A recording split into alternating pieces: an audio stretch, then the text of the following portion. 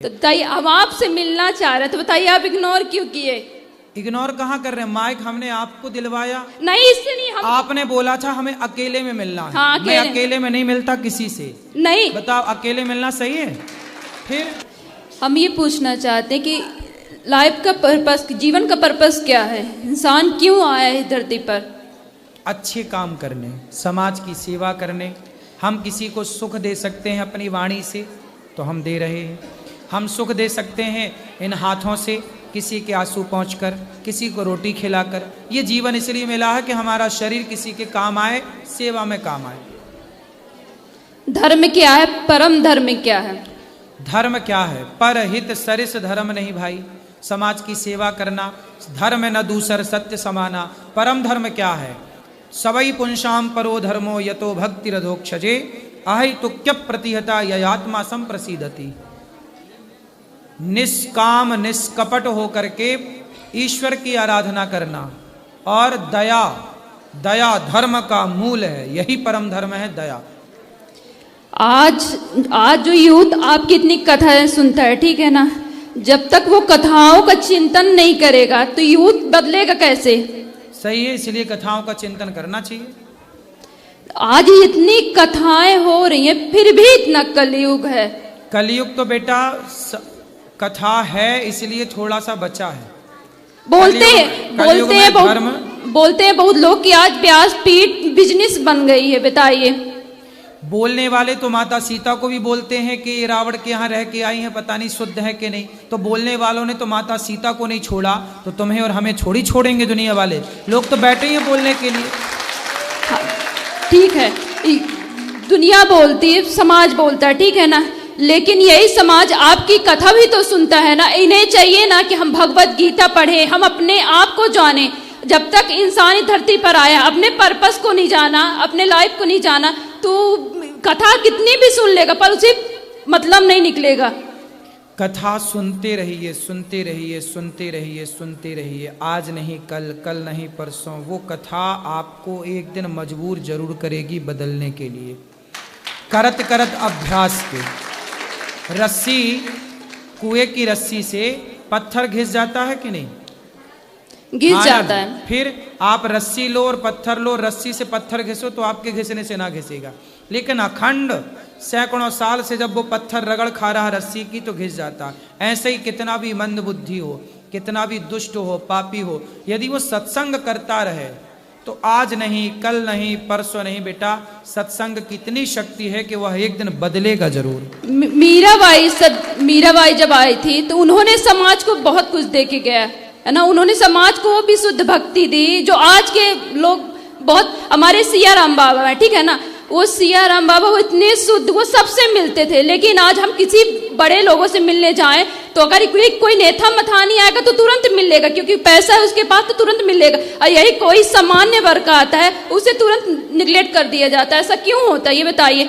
जिसके हृदय में सच्ची भक्ति होती है, सच्चा हृदय होता, सरल हृदय होता है, दीन होता है ना, भक्त को सदा दीन रहना चाहिए ना, तो फिर क्यों इग्नोर कर देता है? बताइए, आखिर व्यासपीठ में तो यही सिखाया जाता है।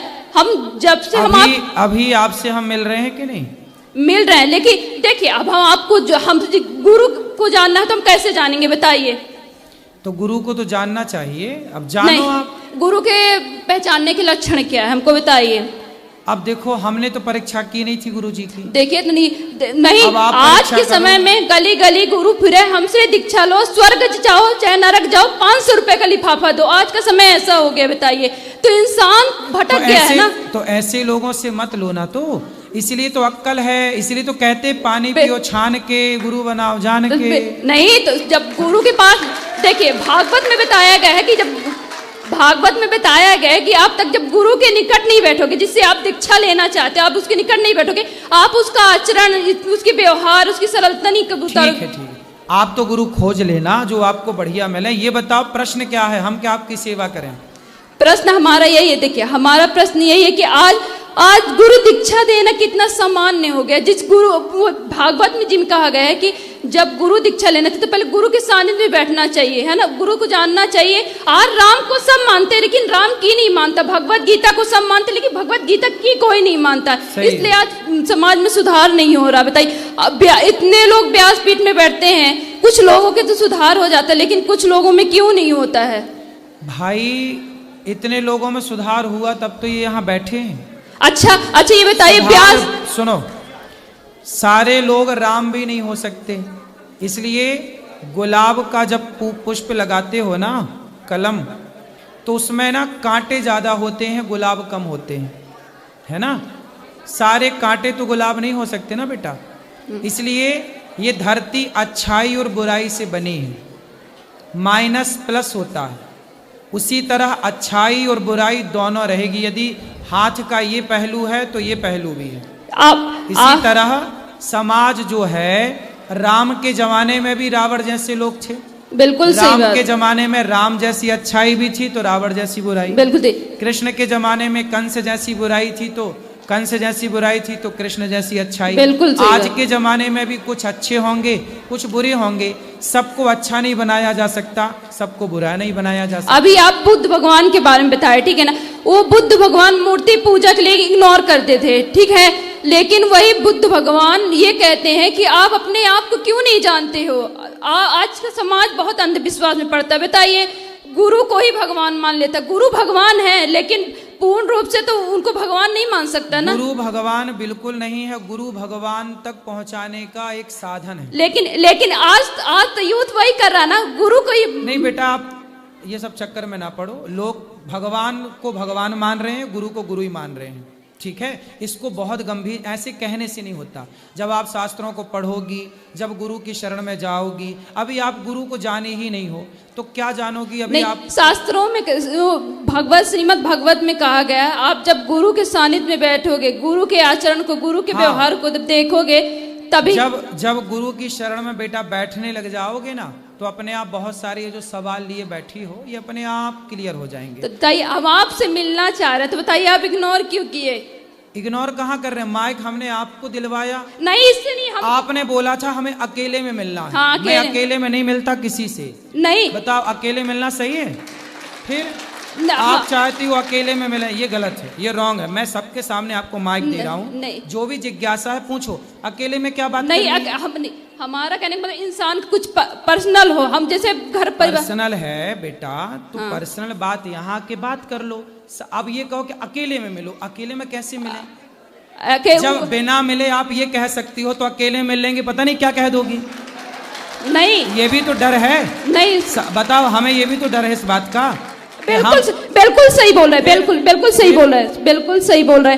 नहीं, हम ये बताइए, हम आपसे जब बातें कर रहे हैं, आपसे जब कुछ पूछ रहे हैं तो आपसे बता तो रहे हैं। अभी आपके हाथ में माइक है, आप पूछ लो, जो पूछना है पूछ, हम बताने को बैठे तो हैं। इग्नोर बेटा कहाँ किया जाता है? जब आप गलत हो तो आपको बोला जाएगा कि ये रॉन्ग है, ये नहीं। अभी आप सही हो तो आपको माइक दिया, सम्मान से देखो हम आपसे बात कर रहे हैं, बिल्कुल सही बात। आप अब देखो, इसके बाद भी देखो, मैं 1 घंटा समय दे रहा हूँ इस जनता को, आपको बात कर रहा हूँ, आपसे मैंने कोई पैसे नहीं लिए, फ्री में आपकी सेवा कर रहा हूँ, फ्री में आपसे बात कर रहा हूँ, फिर भी आप शिकायत करोगी। नहीं, तो ऐसा है जितना मैं समय दे सकता हूँ ना आपको, उतना ही दे पाऊंगा, और जिस मर्यादा से देना चाहिए मैं उसी मर्यादा से समय देता हूँ।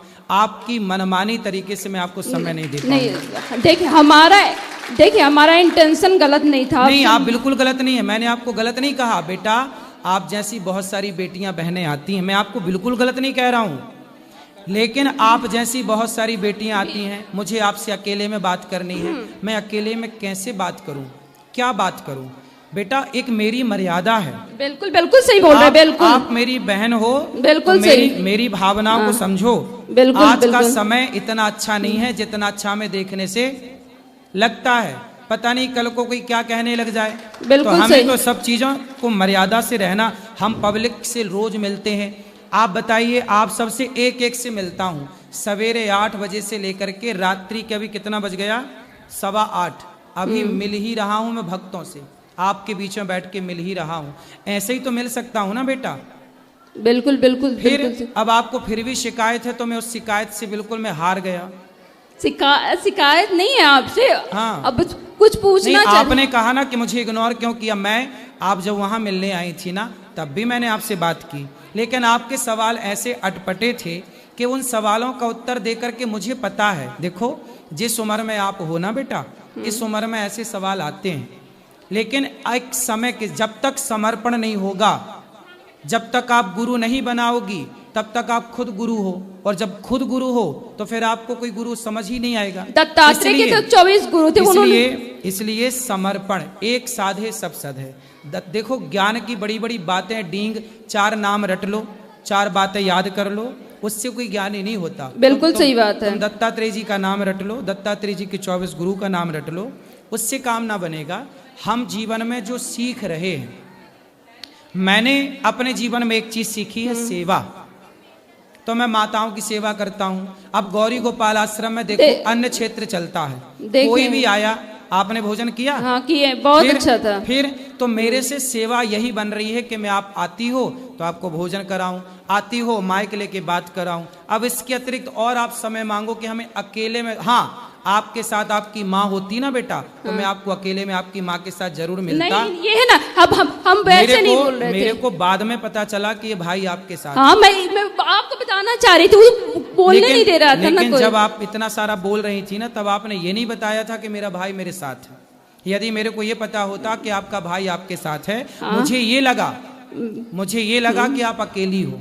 नहीं नहीं गुरुजी, अकेली हो तो अकेली बहन बेटी से अकेले में नहीं नहीं पाप है। अब इतना गुरुजी कथा सुनते तो इतना हम बोलना चाह रहे थे, लेकिन बोलने नहीं दिया। अभी बोल लो, माइक आपके पास है। सवाल क्या है? प्रपंच में ना उलझो, इसका कोई अंत नहीं है ना बातों का। बिल्कुल सही बात। अब बताओ।